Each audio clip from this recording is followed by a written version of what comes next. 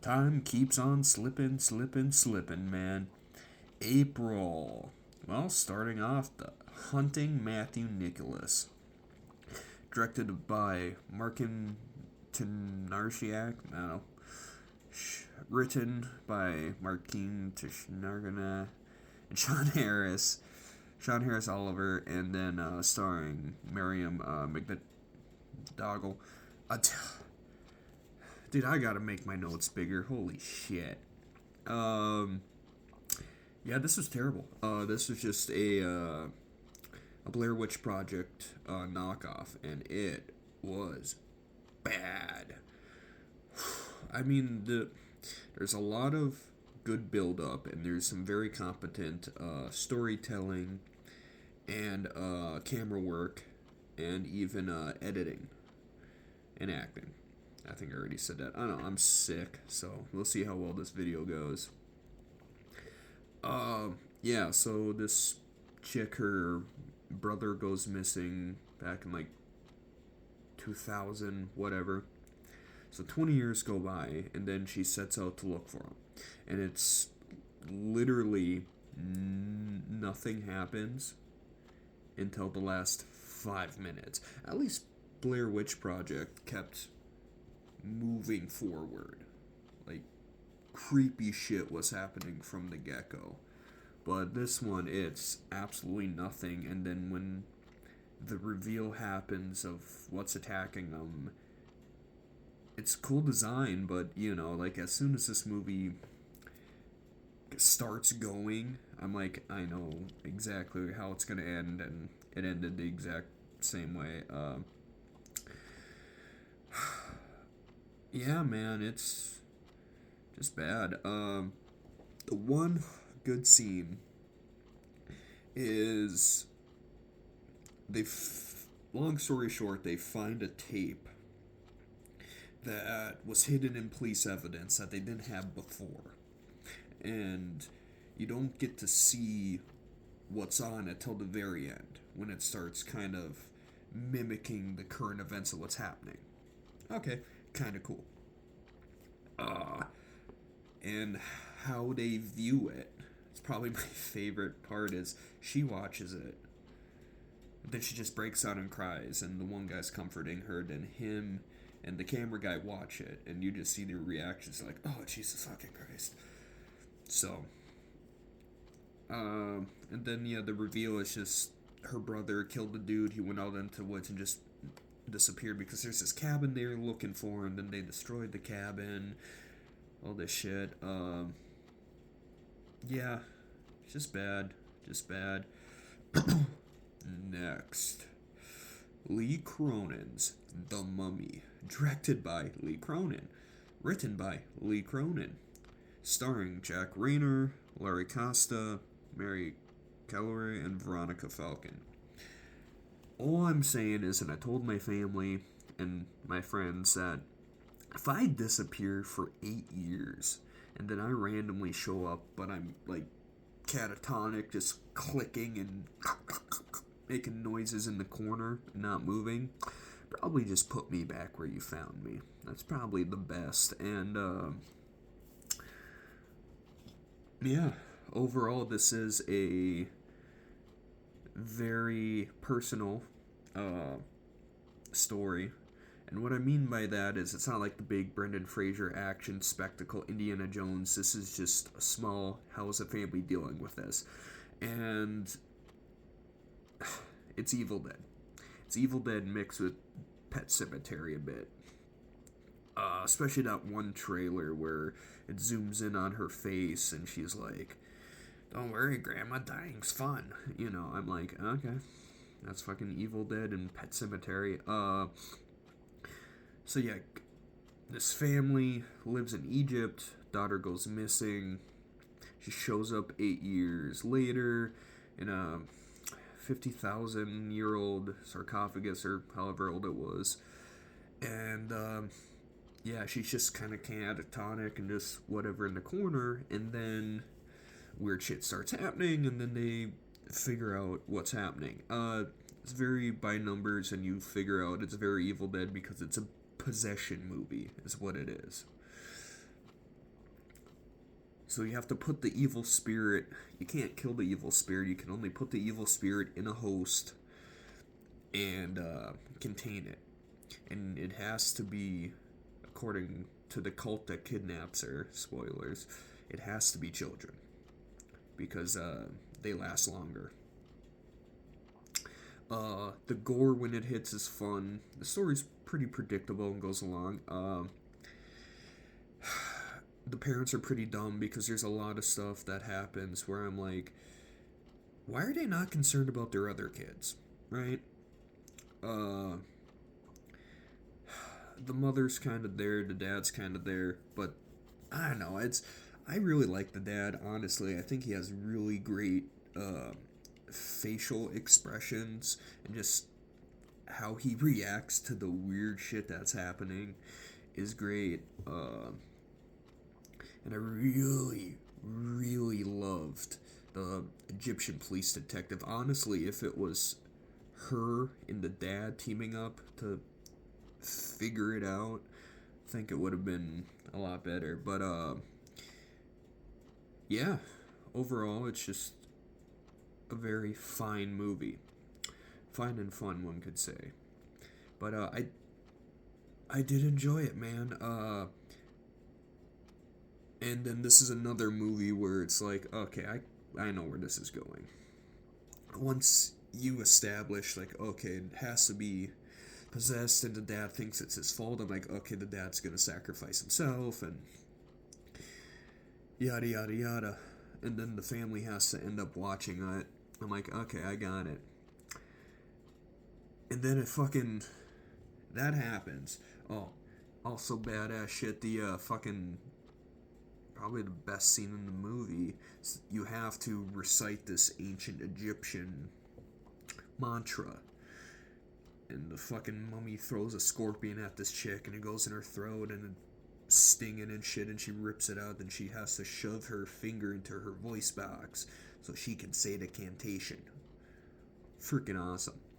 And then how it ends, because she finds the lady who kidnapped Katie, that shoots her and doesn't kill her, just wounds her, so she's in the hospital and whatnot. And the movie ends with them bringing the dad who's possessed to the hospital, sedating her and being like, you know what happens next. And so the movie ends with them giving the curse to her. I'm assuming wrapping her up in shit and putting her in a sarcophagus, whatever.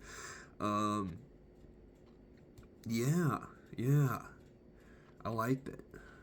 Liked it a lot. Not like my favorite mummy movie ever, and when I heard they were doing this one, I'm like, ugh. The twist was nice, but I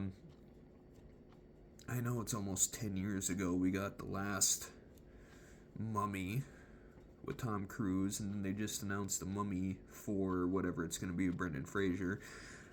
Dude, let's give the Mummy a break. I get to recently rebooting in the last couple years rebooting like all the classic monster movies, and the one I want the most is A Creature from the Black Lagoon, but as it is, this one I would give a solid 3 out of 5. And the first one, Haunting of Matthew Nicholas, 1 out of 5.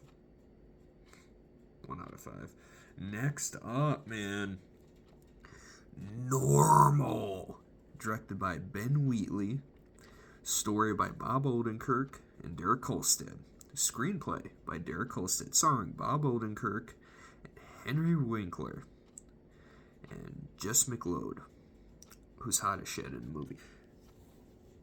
So anything like John Wick had such a huge impact on the movie industry, and there's so many like the key players of that movie who helped write it and produce it. Anything that they're connected to usually ends up being entertaining. Maybe not the best action movie, but really entertaining. This is probably one of the best action movies I've seen this year. It's just fun, man. So, Normal. Takes place in Minnesota. There's a substitute sheriff because the last sheriff recently died, played by Bob Odenkirk, and Henry Winkler is the mayor, and everyone's super happy. And the sheriff died of hypothermia with a fishing rod in his hand, and kind of in the middle of nowhere he died, and just obviously something's not right. Bob Odenkirk knows it, but he's still the sheriff. He's got his own personal demons and shit he's dealing with. And then you find out that Normal, Minnesota, the entire town is protecting Yakuza money. Amazing. So then this drifters, this couple that are drifters, go into the bank, they rob it, shit goes sideways, they find out, oh shit, the Yakuzas protects this fucking money. Then all hell breaks loose, and then they're kind of like the fucking warriors are running through the town, shooting everybody. And yeah, they figure it out, and they have to deal with the Yakuza. Comedy's on point, just sudden, abhorrent violence that just comes out of nowhere accidentally, sometimes on purpose, and just Bob Odenkirk's just kind of blank stare, just, I did not mean to do that. Hilarious. And everything's well directed, well acted, choreography is amazing, the geography of the town and the action sequences are great, and Jess McLeod, who plays the old sheriff's the deceased sheriff's daughter, shows up. She's a fucking smoke show. She is hot as shit. And there's a very sweet story with her and ending, and how she wants all this redemption and shit, and Bob Odenkirk just literally being the diamond in the rough and just a good guy. Like any other sheriff probably would have been like, not my problem, but he ends up like, no man, we gotta solve this shit. Yeah, man, this one I would just give a solid, oh fuck, yeah, 5 out of 5, I don't care, 5 out of 5, it was so good. One of the best slow motion final shootouts that was just so freaking funny. And I love Ben Wheatley to begin with. Free Fire is a very, very underrated action movie. Very underrated. Yeah, this one's just a solid 5 out of 5. Shout out to Bob Odenkirk, man. He needs to keep being an action star because I absolutely love it. 10,000% I love it. He's just so entertaining. Okay. This year's biggest disappointment. Now I'm gonna rant. Michael. Directed by Antoine Fuqua. Written by John Logan. Starring Jafar Jackson. And Coleman Domingo. And Miles Teller as John Brennan. So it's just tells the story of Michael Jackson. So from Jackson 5 to Bad. The Bad concert. Or the Bad tour, sorry. This was just Bohemian Rhapsody in a nutshell, and I hated it. Because you had something so perfect, and you could have told an amazing story, but it needed to be like a 4-hour movie, man. They're just doing highlights and rushing through everything, and because the core of this story is a man who didn't get a childhood, who all of a sudden gets everything he wants, but he doesn't really have friends, and he's just under the thumb of his horribly abusive father, which they barely touch on, which I mean I get in like a full movie you can't show or allude to everything that he did, but they show enough, you get the gist. But yeah, barely touching on that. Janet took her name off of it, or let me rephrase that, she wanted nothing to do with it, so it's only Latoya. Even though he was closer to Janet, only LaToya. But, like, the bones are there, but it's just no substance, no nothing. It was terrible. I didn't like this at all, and it's like, it could have been something amazing, and if they would have done, like, a fucking Rocket Man type thing, just making it like a musical or something, would have been incredible. But, and it just, even in my head, knowing his story, and just, and then at the end, Michael Jackson will return. Oh shit, is he showing up in Doomsday? Jesus, he's gonna moonwalk up to Doctor Doom and just spin kick him, throw his hat. It's so good. No, it's really disappointed me, but all the magic that went into making it, it shows. This is my problem, just mainly script level. Simple as that. Because he could have really gotten more into his bodyguard, who he's best friends with, who was a father figure to him in a lot of ways, or his relationship with John Brennan, who became his attorney of state, and like their friendship, because they were actual friends. And the disrespect that they did to Eddie Van Halen, not okay with, man. They're doing Beat It, and the record producer, I forget his name, I should have wrote down more notes, but he listens to it and he just goes, man, this is some Van Halen type shit. Whoa, not okay. I mean, I get that you can read it two ways, that it's Van Halen type shit, but not Van Halen shit, or, man, this some Van Halen shit. Like, oh no, this is Eddie Van Halen. Like, there's stuff they could have done with that, but like I've been recommending to everybody, Thriller at 40. It's a documentary. It was on Paramount Plus, but, you know, shit goes everywhere. No, that's a documentary you need to watch, because it talks about what Michael Jackson was thinking, or, you know, like where his mindset was to a point during the 80s. And it just talks about the album Thriller, and it goes track by track by track by track by track, and just the building of that album, and just how spectacular that album is. So that's what I'd recommend. This one is just a 1 out of 5. I'm never gonna rewatch this, man. The fact that Bubbles was CGI makes me really, really laugh. Fuck it, dude. Get him out of the chimp zoo. Bubbles is still alive. I didn't know that. I googled that. Bubbles is still alive. Wacky. One final thought. Coleman Domingo as Joe Jackson, perfect casting. But, like I said, I wish it would have done more.